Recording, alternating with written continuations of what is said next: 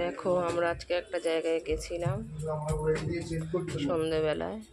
আমাদের এখানে চণ্ডী ঠাকুরের মেলা বসেছে।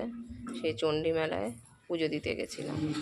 সিঁড়িগুলো দেখো যেমনি খাড়া, আর 300 বছরের পুরনো। এটা বাড়িতে পুজো হয়।